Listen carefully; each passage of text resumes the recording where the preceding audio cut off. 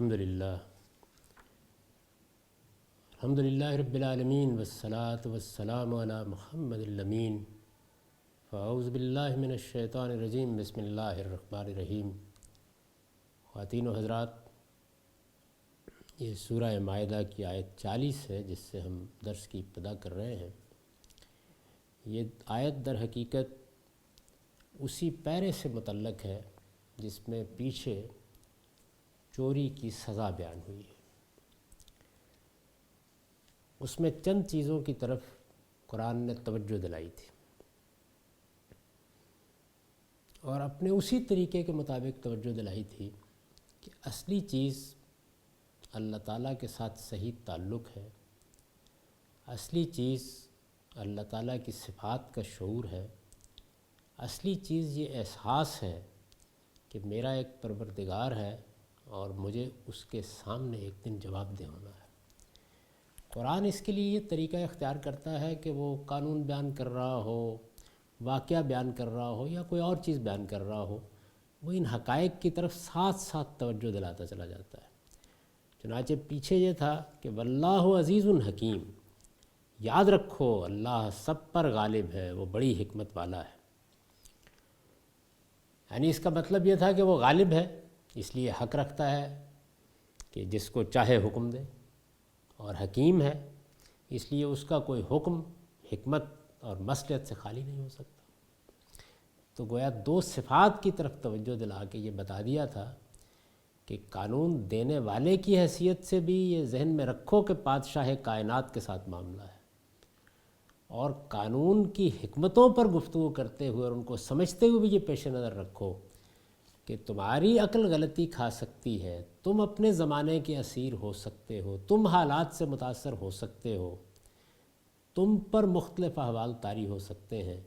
لیکن وہ فاطر فطرت ہے اور سب سے بڑھ کر یہ جانتا ہے کہ کسی قانون کے ذریعے سے کیا مقاصد حاصل ہوں گے اور کسی جرم کی سزا کیا ہوگی، اور سزا دینی ہے تو کیوں اور نہیں دینی تو کیوں، توبہ قبول کرنی ہے تو کیوں اور نہیں قبول کرنی تو کیوں، معاملے کو مؤخر کرنا ہے تو کیوں اور نہیں کرنا ہے تو کیوں۔ تو ان چیزوں کا جب تک سچا استحضار نہ ہو اس وقت تک آدمی خدا کی شریعت پر عمل نہیں کر سکتا، کیونکہ جب ہم کوئی قانون ضابطہ بناتے ہیں تو روز اس کی اصلاح کرتے رہتے ہیں اور اس کے نتیجے میں غلطیاں کرتے ہیں اور بڑی بڑی غلطیاں کرتے ہیں اور پھر ان سے بچنے کی راہیں بھی نکالتے ہیں اپنے تجربات کی روشنی میں۔ لیکن اللہ تعالیٰ قیامت تک کے احوال یا پورے انسان کی فطرت کو سامنے رکھ کے قانون دے دیتے ہیں، تو بعض اوقات ہم جس صورتحال سے گزر رہے ہوتے ہیں اس میں اس کو پوری طرح اپریشیٹ نہیں کر پاتے، اس لیے یہ توجہ دلانا ضروری تھا۔ چنانچہ اسی کو آگے بڑھاتے ہوئے اس مضمون کا خاتمہ کیا اس آیت پر جس سے ہم درس کی ابتدا کر رہے ہیں کہ الم تعلم ان اللہ لہ ملک السماوات والارض، کیا تم نہیں جانتے کہ زمین و آسمان کی بادشاہی اللہ ہی کے لیے ہے، یعذب من یشاء ویغفر لمن یشاء، وہ جس کو چاہے گا سزا دے گا اور جس کو چاہے گا بخش دے گا، یعنی اپنے قانون اور اپنی حکمت کے مطابق۔ پیچھے یہ بتا دیا کہ وہ عزیز و حکیم ہے، یہ چیز آپ سے آپ ہر بیان کے اندر چھپی ہوئی ہے۔ یعنی اللہ تعالیٰ جب یہ کہتا ہے کہ وہ جس کے ساتھ چاہے گا یہ معاملہ کرے گا، تو اس کا یہ مطلب نہیں ہوتا کہ یہ کوئی الل ٹپ معاملہ ہے یا اس میں حکمت ملحوظ نہیں ہوگی یا اس کا کوئی مقصد نہیں ہوگا۔ اللہ تعالیٰ اس سے بالا تر ہیں کہ وہ اس طرح کا کوئی معاملہ کرے جس میں کوئی اس نوعیت کی خامی یا کمزوری ہو۔ وہ جو کچھ کرتے ہیں اپنے قانون کے مطابق کرتے ہیں، اپنی حکمت کے مطابق کرتے ہیں۔ واللہ علی کل شیء قدیر، وہ ہر چیز پر قدرت رکھتا ہے۔ اس پر البیان کا نوٹ ہے، یہ خطاب عام ہے۔ استاذ امام لکھتے ہیں یہ عام خطاب کے ساتھ تنبیہ ہے کہ آسمان و زمین میں سارا اختیار اللہ ہی کے ہاتھ میں ہے، وہی جس کو چاہے سزا دے گا، جس کو چاہے گا بخشے گا، کسی دوسرے کے لیے اس میں کسی چون و چرا اور کسی مداخلت کی کوئی گنجائش نہیں ہوگی۔ یعنی یہ وہ بات ہے جس کو بیان کرنا مقصود ہوتا ہے، یہ نہیں کہ اللہ تعالیٰ الل ٹپ کوئی معاملہ کر ڈالے گا یا بے سوچے سمجھے کوئی معاملہ کر ڈالے گا یا کسی قاعدے پر نہیں ہوگا وہ معاملہ، یہ مقصود نہیں ہوتا اس کا مقصود یہ ہوتا ہے کہ اختیار اس کے پاس ہے، اس کے اختیار میں کوئی مداخلت نہیں کر سکے گا۔ اس وجہ سے ہر ایک کا فرض ہے کہ وہ اپنے آپ کو اللہ کے قانون کے تابع اور اس کے حوالے کرے، نہ کوئی اس سے بھاگنے کی کوشش کرے، نہ کوئی اس سے دوسروں کو بچانے کی تدبیریں سوچے، اور نہ کسی کے زور و اثر اور کسی کی سعی و سفارش پر بھروسہ کر کے خدا اور اس کی شریعت سے بے پرواہ ہو۔ یعنی آدمی ان تمام چیزوں کو ہر وقت اپنے ذہن میں تازہ رکھے، دن کی طرف توجہ دلائی گئی ہے۔ قانون کے تابع ہو کر رہنا ہے، اپنے آپ کو اس کے حوالے کر دینا ہے، اس سے فرار کی صورتیں اختیار نہیں کرنی ہے، کسی زور و اثر، کسی سعی و سفارش پر بھروسہ کر کے خدا کی شریعت سے بے پرواہی اختیار نہیں کرنی۔ یہ تنبیہ اس وجہ سے ضروری تھی کہ در حقیقت یہ سارے احکام جو قتل، قصاص، راہ زنی اور چوری وغیرہ سے متعلق اس سورہ میں بیان ہوئے ہیں، یہ سب دوسری امتوں کے لیے مذلہ قدم ثابت ہوئے۔ یعنی اللہ تعالیٰ نے چند جرائم کا انتخاب کیا ہے جو بڑے جرائم ہیں، ان کی سزائیں خود بیان کر دی ہیں، تاکہ جس وقت بھی کوئی مسلمانوں کی حکومت قائم ہو تو اس احساس اور شعور کے ساتھ ہو کہ عام حالات میں تو عقل انسانی کو حق حاصل ہے کہ وہ جو قانون سازی چاہے کرے، لیکن ان بڑے جرائم کے معاملے میں اللہ نے اپنا فیصلہ دے دیا ہے، اور یہ فیصلہ حدود اور شرائط کے ساتھ دیا گیا ہے۔ ان کو ملحوظ رکھ کے ہر شخص پر یہ بات واضح رہنی چاہیے کہ وہ مسلمان ہے تو خدا کی حکومتی کے تحت اس کے تمام اختیارات ہیں۔ استاد امام نے لکھا ہے کہ یہ سب دوسری امتوں کے لیے مذلہ قدم ثابت ہوئے، یعنی لوگوں کے ساتھ وہی معاملہ ہوا جو ہمارے ساتھ اس وقت ہو رہا ہے۔ بہت سے لوگ ہیں کہ جن کا شریعت کے ان احکام پر اطمینان ہی نہیں ہے، بہت سے لوگ ہیں کہ جو ان میں ترمیم کر دینا چاہتے ہیں، بہت سے لوگ ہیں کہ جو بعض عذرات پیش کر کے ان سے گریز اور فرار کے راستے نکالتے ہیں، بہت سے لوگ ہیں کہ جو ان کو قصہ ماضی سمجھتے ہیں۔ تو یہ چیزیں جس طرح سے پہلی امتوں میں پیدا ہوئیں اسی طرح ہمارے ہاں بھی پیدا ہوئی ہیں، چنانچہ بطور خاص توجہ دلائی ہے۔ انہوں نے ان سے بچنے کے لیے بہت سے چور دروازے نکال لیے، یعنی پہلی امتوں نے، یہاں تک کہ یہ تمام قوانین بالکل بے اثر ہو کر رہ گئے۔ اگر اس کی علت کا سراغ لگایا جائے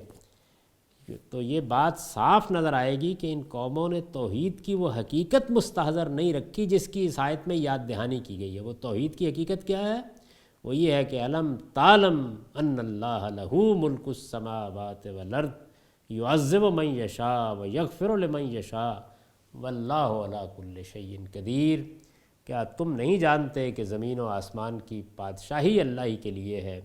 وہ جس کو چاہے گا سزا دے گا اور جس کو چاہے گا بخش دے گا، وہ ہر چیز پر قدرت رکھتا ہے۔ اللہ تعالیٰ کی صفات کا یہ استحضار ناگزیر ہے، ضروری ہے۔ اس کے بغیر نہ ایمان کی حقیقت پر انسان قائم رہ سکتا ہے اور نہ اللہ کی شریعت پر انفرادی اور اجتماعی زندگی میں عمل کر سکتا ہے۔ اسی وجہ سے میں بار بار یہ توجہ دلاتا ہوں کہ اصلی چیز یہ نہیں ہے کہ آپ شریعت کے نفاذ کا مطالبہ لے کے اٹھ کھڑے ہوں اور ریاست سے یہ کہیں کہ چونکہ وہ ایک اسلامی ریاست ہے اور چونکہ مسلمانوں نے پاکستان کو اسلام کے لیے بنایا اس لیے یہ قوانین نافذ ہونے چاہیے۔ نہیں، اس کا یہ طریقہ نہیں ہے۔ اصلی چیز یہ ہے کہ مسلمان اگر کسی ریاست میں اکثریت میں ہے، حکومت کا نظم ان کے ہاتھ میں ہے، تو مسلمانوں کا شعور ہے جس کو اصل میں قانون میں ظہور پذیر ہونا ہے۔ یہ مطالبہ کرنے کی ضرورت کیوں پیش آتی ہے؟ یہ کہنے کی ضرورت کیوں پیش آتی ہے؟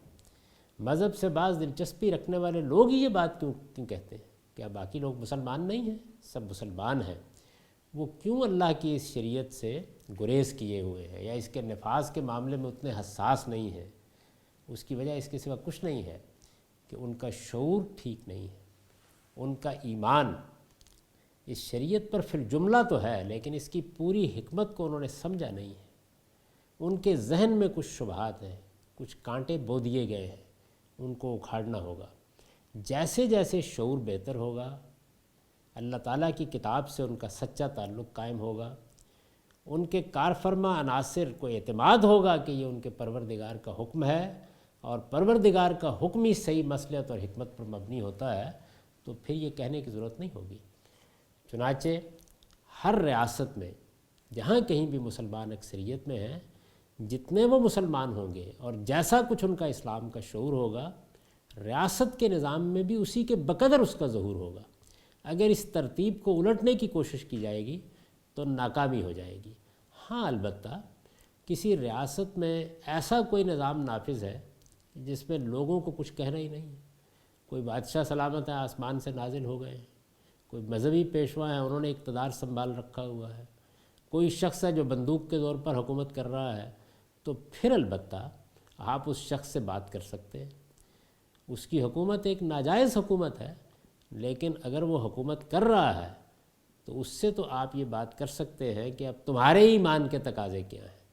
لیکن جب جمہوری حکومت قائم ہو اور جمہوری طریقے پر حکومت منتخب ہوتی ہو تو پھر مسلمانوں ہی سے بات کرنی پڑے گی کہ ان کے ایمان کے تقاضے کیا ہیں، اور جب وہ ایمان کے تقاضوں کے بارے میں متنبع ہو جائیں گے تو آپ سے آپ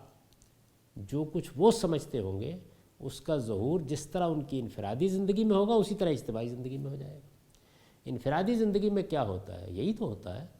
کہ ایک شخص جب دین کا شعور حاصل کرتا جاتا ہے تو اس کو خیال ہوتا ہے کہ مجھے نماز کا اہتمام کرنا چاہیے، مجھے روزے کا اہتمام کرنا چاہیے، مجھے جھوٹ نہیں بولنا چاہیے، مجھے بددیانتی نہیں کرنی چاہیے، مجھے دوسروں کو دھوکہ نہیں دینا چاہیے۔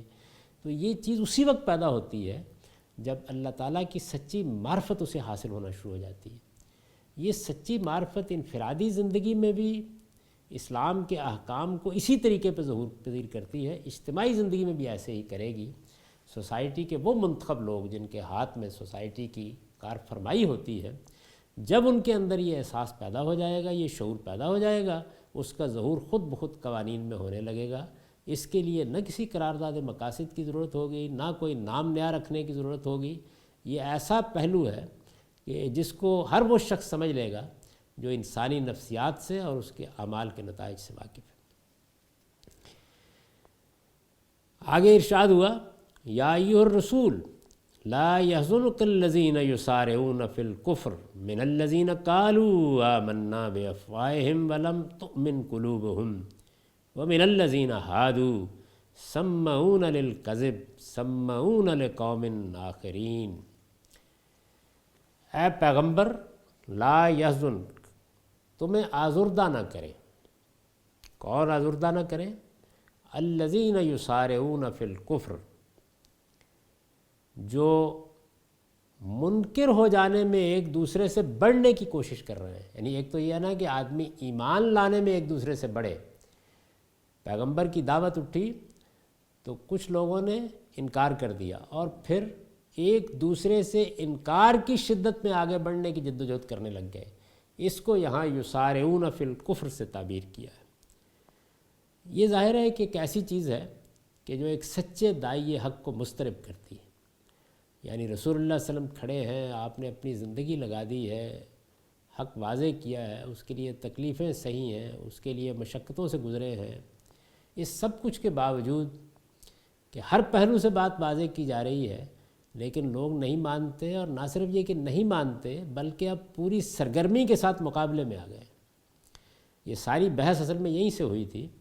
کہ یہود اب محض منکر نہیں رہے بلکہ مسارت فی الکفر پر آمادہ ہیں۔ اب وہ آگے بڑھ کے ایک مہم چلا رہے ہیں، اور ان کی اب یہ کوشش ہے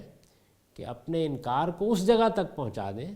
یہاں یہ سب کچھ درہم برہم ہو کر رہ جائے اور یہ دعوت آگے پنپ ہی نہ سکے۔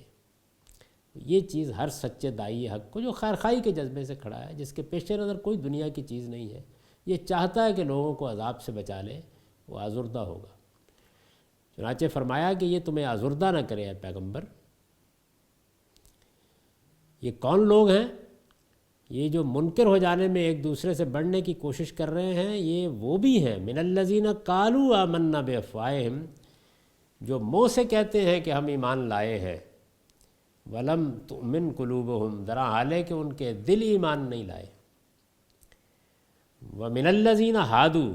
اور وہ بھی ہیں جو یہودی ہو چکے ہیں، سمعون للکذب، یہ جھوٹ پر کان لگاتے ہیں،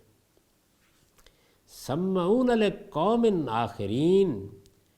ان لوگوں کے جھوٹ پر جو ان سے الگ ایک دوسرا گروہ ہے، لم یاتو، جو کبھی تمہارے پاس نہیں آئے۔ یعنی یہ گروہ ہے کہ ایک تو انکار میں ایک دوسرے سے آگے بڑھنے کی کوشش کر رہے ہیں، یعنی انہوں نے کفر کو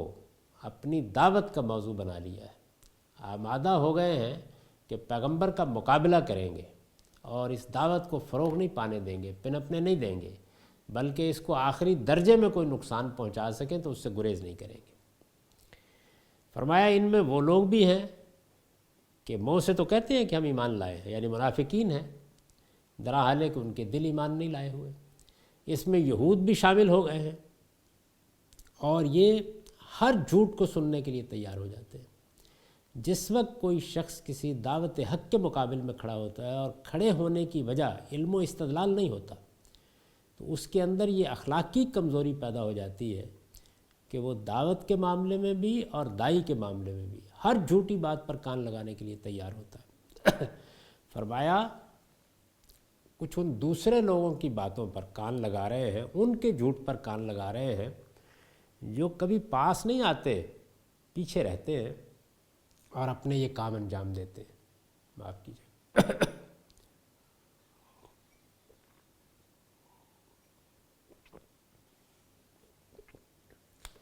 یہ یہود کے علماء اور لیڈر ہیں۔ اس پر البیان کے نوٹ سن لیجئے۔ یہ جو پہلے فرمایا تھا کہ یا ایھا الرسول لا یحزنک الذین یسارعون فی الکفر، کہ اے پیغمبر تمہیں وہ لوگ آزردہ نہ کریں جو منکر ہو جانے میں ایک دوسرے سے سبقت لے جانے کی کوشش کر رہے ہیں۔ اس پر نوٹ ہے، اصل الفاظ ہیں یا ایھا الرسول لا یحزنک الذین یسارعون فی الکفر۔ ان میں لفظ رسول سے، یعنی رسول اللہ صلی اللہ علیہ وسلم کو قرآن مجید میں یا ایھا النبی کہہ کر بھی خطاب کیا جاتا ہے، یا ایھا الرسول بھی۔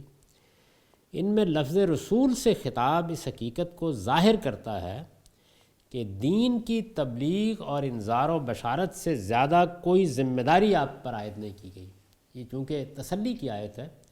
رسول اللہ صلی اللہ علیہ وسلم کو خطاب کر کے یہ کہا گیا کہ آپ آزردہ نہ ہوں،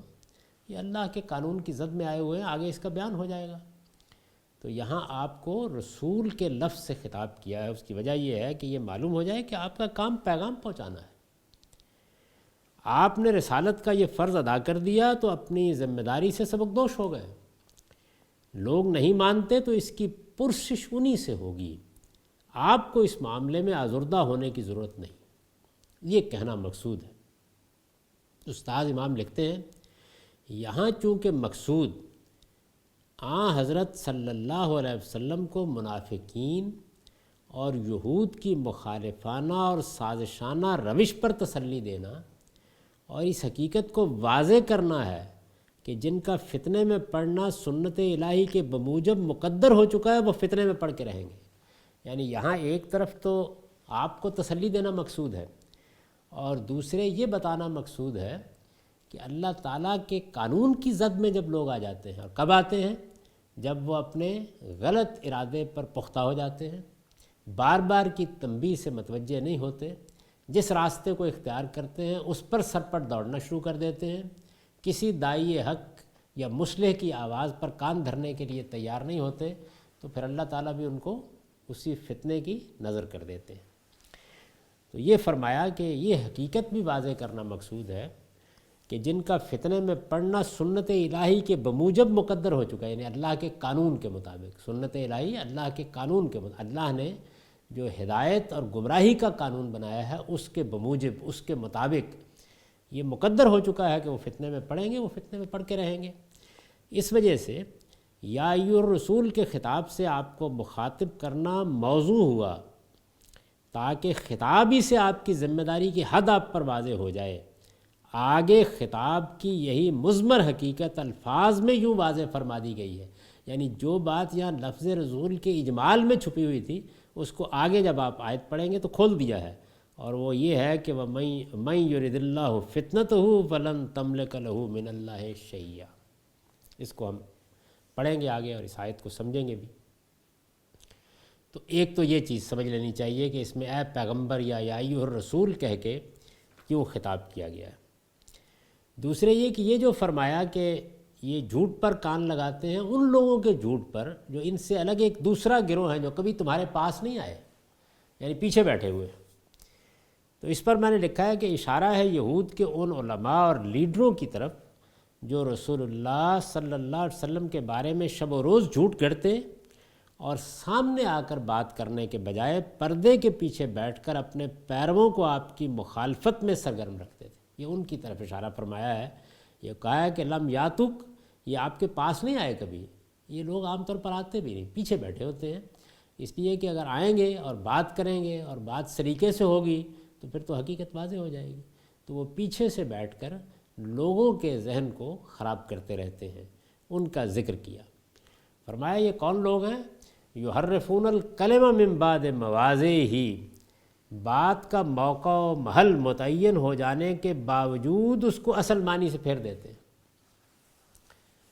اس میں یعنی جو بات کہی گئی ہے وہ یہ بتا رہی ہے کہ یہ وہ جرائم پیشہ لوگ ہیں جن کا معاملہ یہ نہیں ہے کہ انہیں کوئی غلطی لگی ہوئی ہے، وہ زیر بحث ہیں یہاں، ان کے لیڈر، ان کے رہنما۔ بات کا موقع و محل متعین ہو جانے کے باوجود یحرفون الکلم من بعد مواضعہ، اس کو اصل معنی سے پھیر دیتے ہیں۔ یقولون ان اوتیتم ھذا فخذوہ وان لم تؤتوہ فاحذروا، کہتے ہیں کہ تمہارے معاملے کا فیصلہ یہ ہو تو مانو اور نہ ہو تو اس سے بچ کر رہو۔ اس کے بعد وہ آیت آئی ہے جس کا استاذ امام نے حوالہ دیا تھا، وَمَن يُرِدِ اللَّهُ فِتْنَتَهُ فَلَن تَمْلِكَ لَهُ مِنَ اللَّهِ شَيْئًا، جس کو اللہ فتنے میں ڈالنا چاہے وہ اس میں پڑ کے رہتا ہے۔ اولئک الذین لم یرد اللہ ان یطہر قلوبہم، اس لیے کہ اللہ کے مقابل میں تم اس کے لیے کچھ بھی نہیں کر سکتے۔ فلن تملک لہ من اللہ شیئا، یہی ہیں جن کے بارے میں اللہ نے نہیں چاہا کہ ان کے دلوں کو پاک کرے۔ یہ جو فرمایا کہ اولئک الذین لم یرد اللہ ان یطہر قلوبہم، تو اس کا ترجمہ یہ ہے کہ یہی ہے جن کے بارے میں اللہ نے نہیں چاہا کہ ان کے دلوں کو پاک کرے۔ لہم فی الدنیا خزی ولہم فی الآخرۃ عذاب عظیم، ان کے لیے دنیا میں بھی رسوائی ہے اور آخرت میں بھی ایک بڑی سزا ہے۔ اس میں یہ جو فرمایا تھا کہ بات کا موقع و محل متعین ہو جانے کے باوجود اس کو اصل معنی سے پھیر دیتے ہیں، اس پر البیان کا نوٹ ہے۔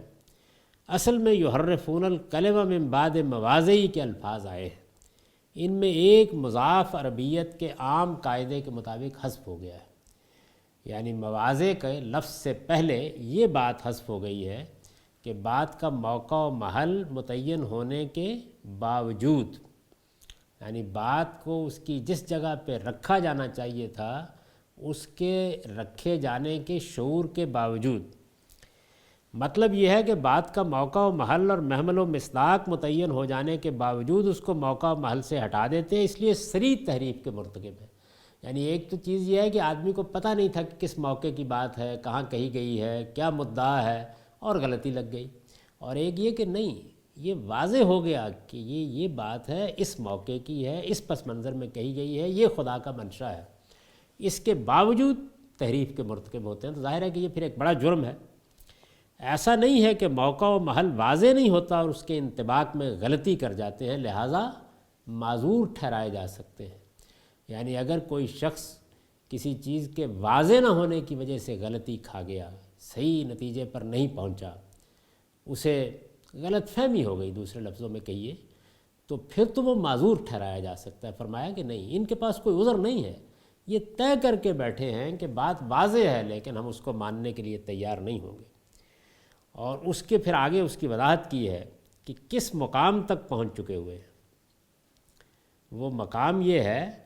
کہ رسول اللہ صلی اللہ علیہ وسلم کے پاس لوگوں کو بھیجا جا رہا ہے، اس لیے نہیں کہ وہ انصاف حاصل کریں، اس لیے بھیجا جا رہا ہے کہ اپنا مقدمہ لے جاؤ، فیصلے کی کوشش کرو،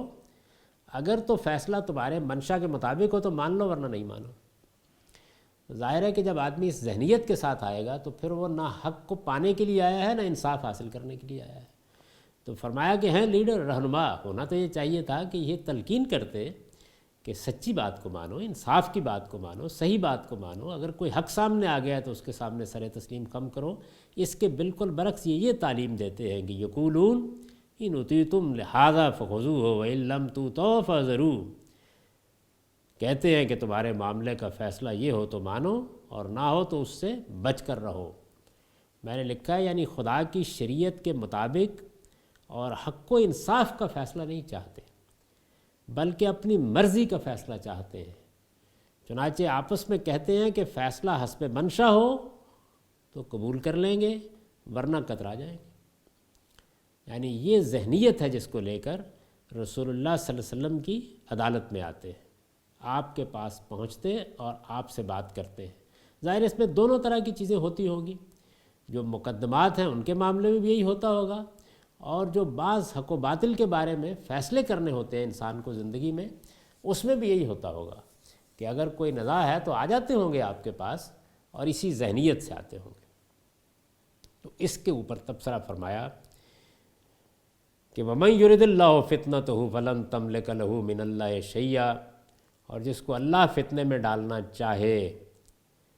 آگے کا جملہ اس وقت تک واضح نہیں ہوتا جب تک اس مقدر کو کھول نہ دیا جائے، یعنی ایک حصہ جملے کا حذف کر دیا عربیت کے اسلوب پر، وہ میں نے کھول دیا ہے، اور جس کو اللہ فتنے میں ڈالنا چاہے وہ اس میں پڑھ کر رہتا ہے۔ کیوں؟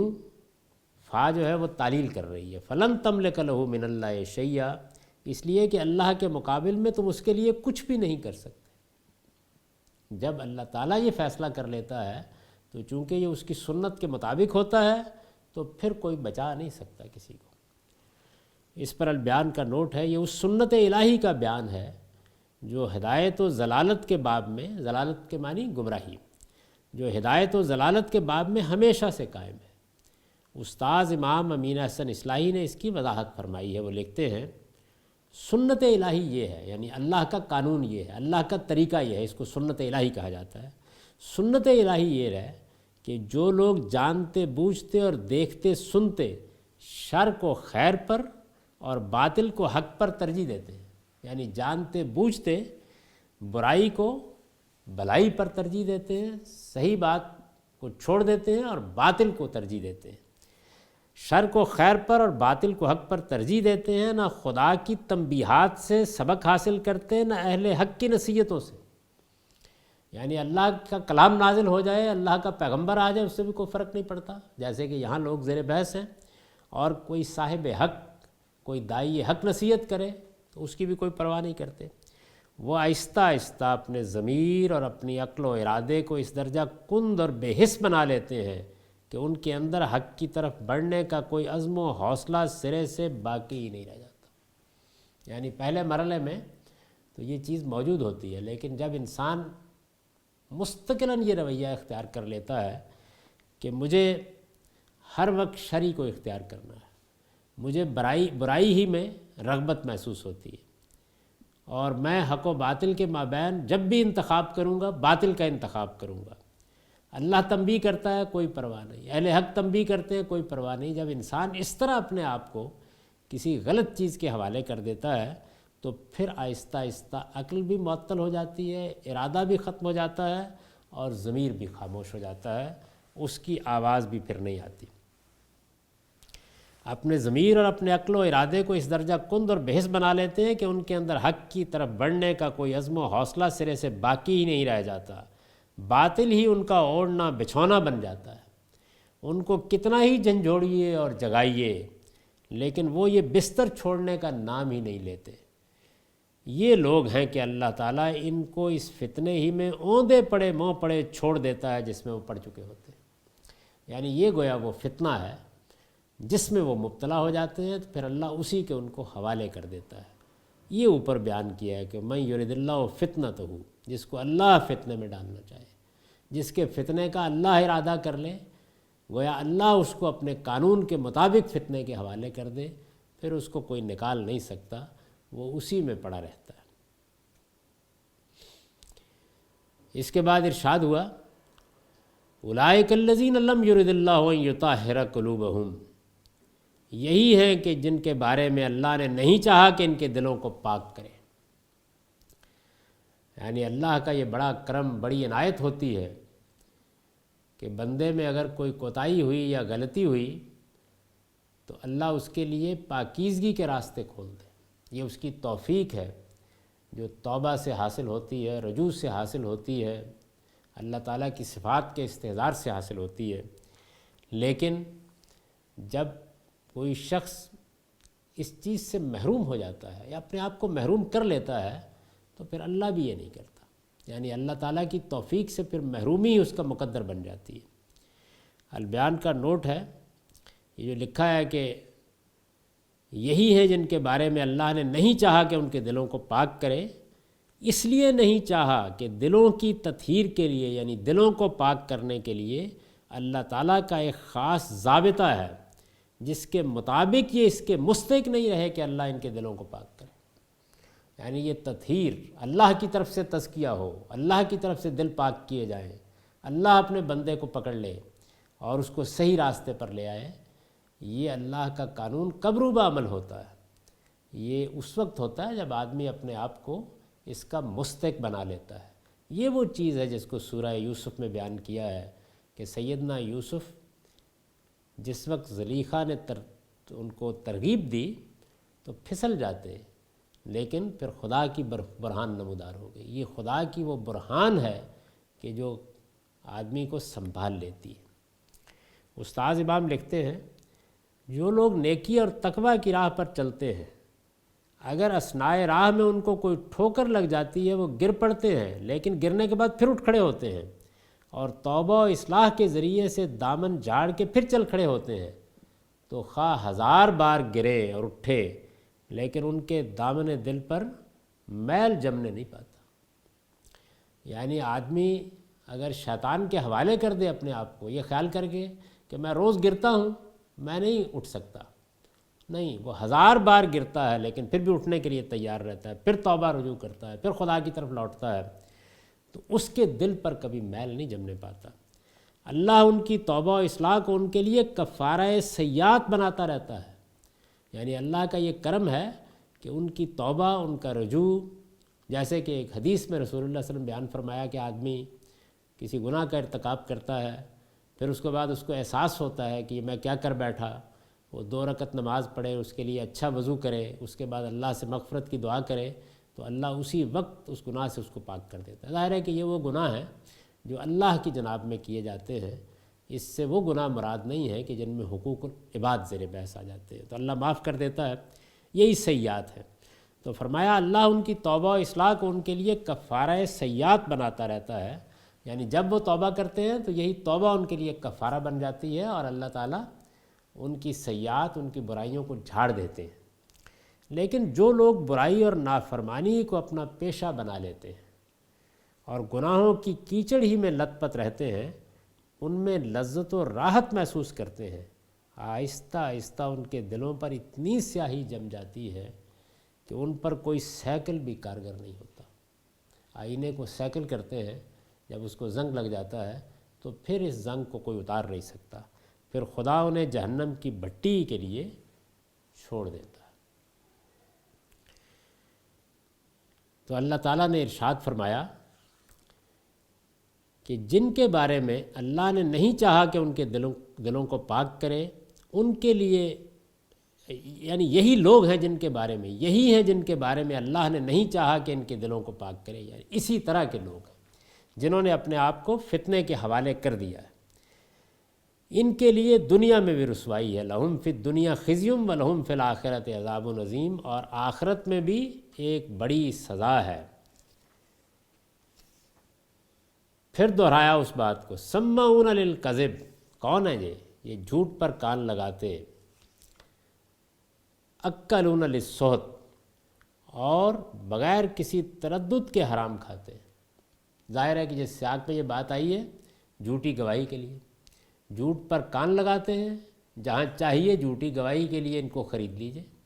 اس کے لیے ہر وقت تیار رہتے ہیں۔ میں نے لکھا ہے یہ یعنی جھوٹ کے رسیاں ہیں، چنانچہ جھوٹی گواہی دین و شریعت کے کسی معاملے میں دینی پڑے یا کسی مقدمے میں، یہ ہر وقت تیار رہتے اور اس کے لیے رشوت لینے سے بھی گریز نہیں کرتے۔ مقدمات میں بھی آدمی کو حق کہنا ہوتا ہے، اور ان کے ساتھ جو معاملہ ہوا وہ یہ کہ رسول اللہ صلی اللہ علیہ وسلم کی بعثت ہو گئی، اب انہیں حق کی گواہی دینی تھی۔ رسالت میں آپ صلی اللہ علیہ وسلم کے بارے میں جو پیشین گوئیاں ان کے پاس تھیں انہیں بیان کرنا تھا، جو کچھ تورات میں پڑھ چکے تھے اسے لوگوں کو بتانا تھا، اس میں بھی یہ حق کے ساتھ کھڑے نہیں ہو سکے اور اس کی گواہی نہیں دے سکے۔ تو اس لیے ان کا تعارف کرایا ہے کہ جھوٹ کے رسیاں ہیں، اور جھوٹی گواہی دین و شریعت کے کسی معاملے میں دینی پڑے، علماء ہیں، لیڈر ہیں، رہنما ہیں، بڑے لوگ ہیں، لیکن اس کے باوجود یا کسی مقدمے میں یہ ہر وقت تیار رہتے اور اس کے لیے رشوت لینے سے بھی گریز نہیں کرتے۔ تو سمّنون للکذب اکلون للسحت فإن جاؤک فاحکم بینہم او اعرض عنہم وإن تعرض عنہم فلن یضرک شیئا، لہذا تمہارے پاس آئیں کس لیے؟ فیصلوں کے لیے، تو تمہیں اختیار ہے کہ ان کا فیصلہ کرو یا ٹال دو، تم انہیں ٹال دو گے تو یہ تمہیں کوئی نقصان نہ پہنچا سکیں گے۔ یہ گویا وہ اصل مدعا ہے جس کو سامنے رکھ کر یہ ساری بات بیان کی گئی ہے، یعنی وہ کیا رویہ ہے جو ان کی طرف سے صادر ہو رہا تھا، اس کی ہم اگلی نشست میں وضاحت کریں گے۔ آپ ان آیات کا سادہ ترجمہ سن لیجئے۔ ارشاد فرمایا ہے، کیا تم نہیں جانتے کہ زمین و آسمان کی بادشاہی اللہ ہی کے لیے ہے؟ وہ جس کو چاہے گا سزا دے گا اور جس کو چاہے گا اپنے قانون اور اپنی حکمت کے مطابق بخش دے گا، وہ ہر چیز پر قدرت رکھتا ہے۔ تمہیں آزردہ نہ کریں وہ لوگ اے پیغمبر جو خدا کی شریعت کے منکر ہو جانے میں ایک دوسرے سے بڑھنے کی کوشش کر رہے ہیں، وہ بھی جو منہ سے کہتے ہیں کہ ہم ایمان لائے ہیں، درا حال ہے کہ ان کے دل ایمان نہیں لائے، اور وہ بھی جو یہودی ہو چکے ہیں یہ جھوٹ پر کان لگاتے ہیں، ان لوگوں کے جھوٹ پر جو ان سے الگ ایک دوسرا گروہ ہیں جو کبھی تمہارے پاس نہیں آئے، بات کا موقع و محل متعین ہو جانے کے باوجود ان کو اصل معنی سے پھیر دیتے ہیں، کہتے ہیں کہ تمہارے معاملے کا فیصلہ یہ ہو تو مانو اور نہ ہو تو اس سے بچ کر رہو۔ یہ فتنے میں پڑ چکے ہیں، اور جس کو اللہ فتنے میں ڈالنا چاہے وہ اس میں پڑ کر رہتا ہے، اس لیے کہ اللہ کے مقابل میں تم اس کے لیے کچھ بھی نہیں کر سکتے۔ یہی ہے جن کے بارے میں اللہ نے نہیں چاہا کہ ان کے دلوں کو پاک کرے،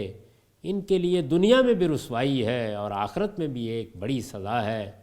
یہ جھوٹ پر کان لگاتے اور جھوٹی گواہی کے لیے بغیر کسی تردد کے حرام کھاتے ہیں، لہٰذا فیصلوں کے لیے تمہارے پاس آئیں تو تمہیں اختیار ہے کہ ان کا فیصلہ کرو یا ٹال دو، تم انہیں ٹال دو گے تو یہ تمہیں کوئی نقصان نہ پہنچا سکیں گے۔ اقول قولی ھذا واستغفر اللہ لی ولکم ولسائر المؤمنین۔